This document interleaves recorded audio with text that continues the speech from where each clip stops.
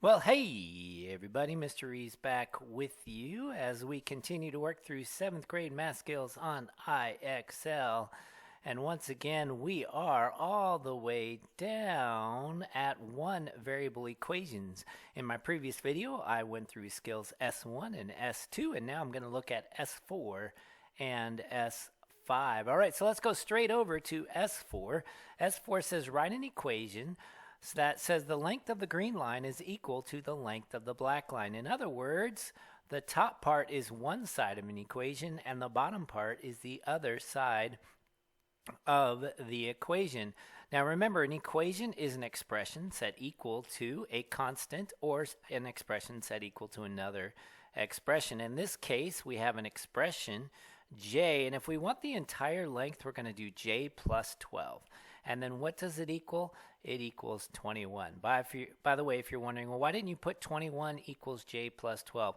We absolutely certainly could have, because you can flip that equation around. If a is equal to b, then b is equal to a. All right, let's go ahead and submit this one and go to the next one. Same idea, right? Our expression is r plus 14, and that expression is equal to 17. Those segments are the same length, so that expression is equal to that constant. All right, how about we jump up to the next level?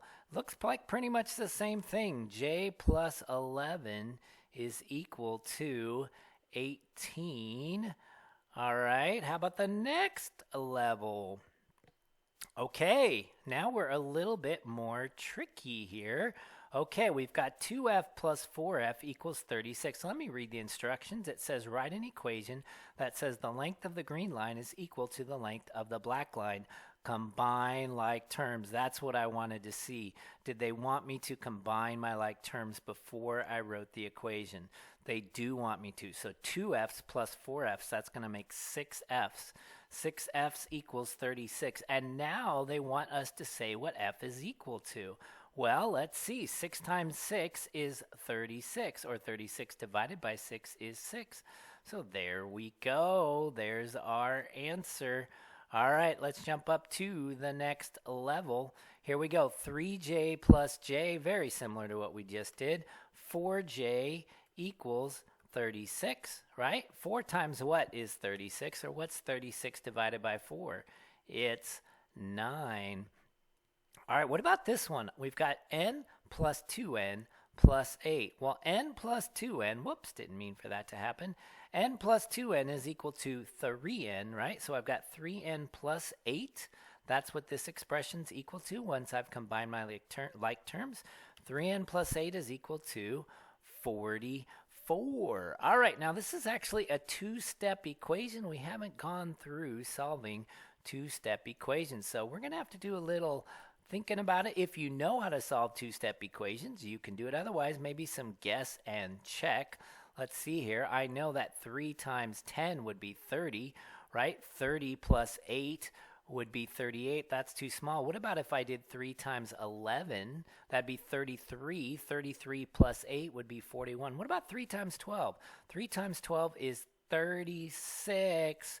36 plus 8 is 44. So because we have not officially talked about solving two-step equations yet, I did it by guess and check. Of course, those of you who know what to do, you would subtract that 8 and then divide by 3 using inverse operations. All right, let's go ahead and skip up to the next level. All right, so here we go. We've got 2f's, right?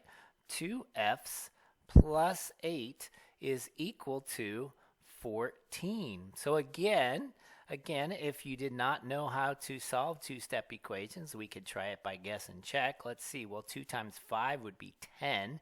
10 plus 8 is too big. 2 times 4 would be 8. 8 plus 8, that's also too big. 2 times 3, 6, right?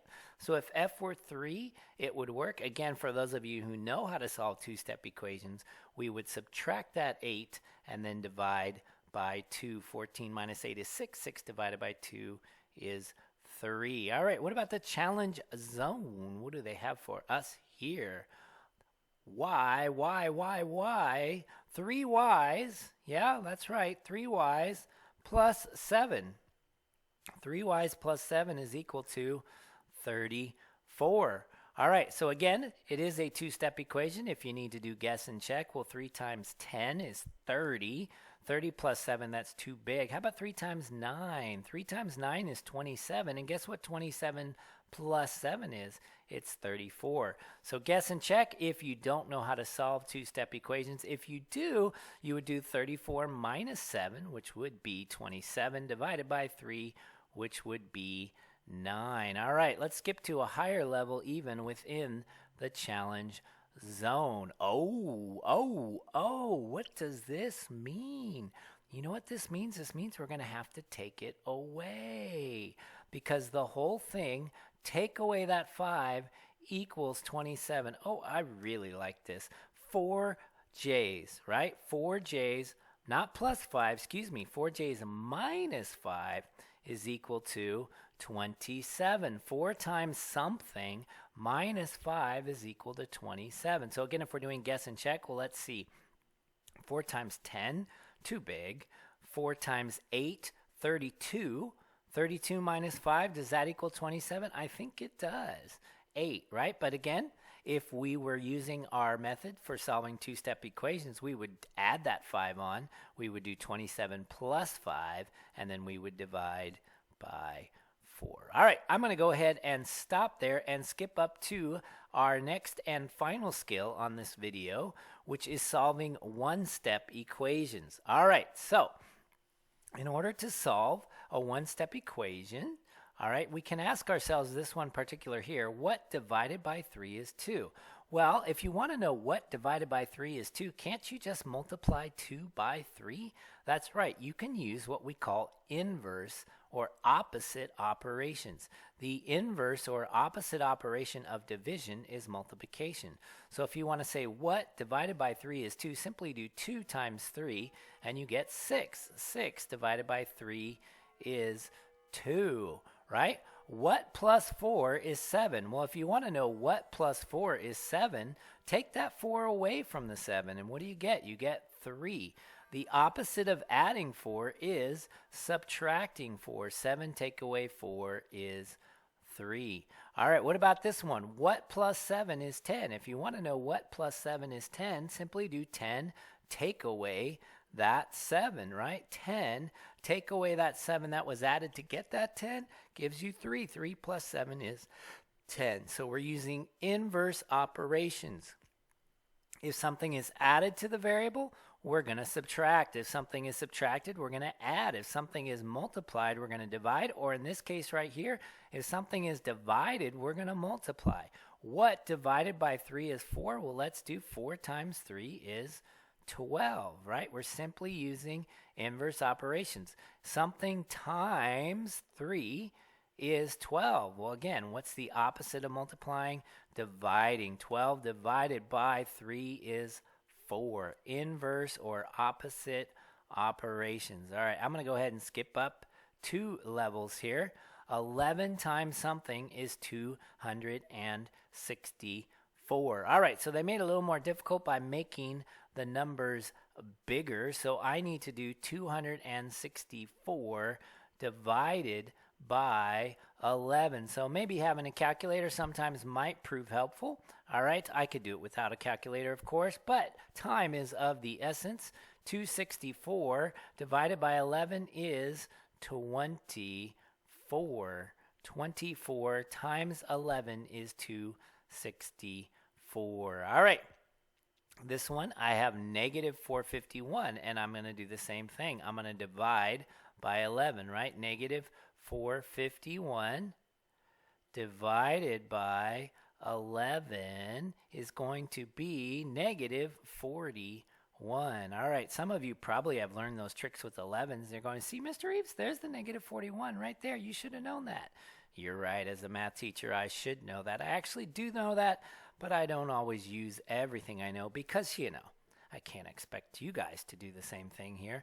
All right, what about negative 21b times something is negative 861? Looks like they're just going to use some bigger numbers to try to challenge us. But if we have a calculator, it's not really that much more challenging. What times negative 21 is negative 861? We're simply going to divide 861, well, the negative version, by 21. I should have done the negative version by that. A negative divided by a negative is going to be a positive, even though I forgot it. So this answer is going to be 41. All right, let's see if they've got anything any harder towards the end of the challenge zone. They got decimals, right?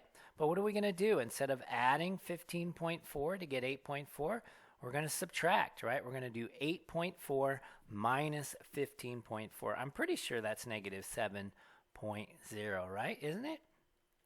All righty. There we go. Ooh, last one. This one, what does this say? It says 12.32 is the opposite of something, or a negative 1 times something is 12.32. So how about if we just put in negative 12.32, right? A negative times a negative would be the positive or the opposite. Remember, we can refer to this as the opposite of. The opposite of a negative would be a positive. All right, so we're going to end there. That's 7th grade math. We are working with one variable equations, just getting started on our equation solving. All right, I hope this video was helpful. Until next time, see ya.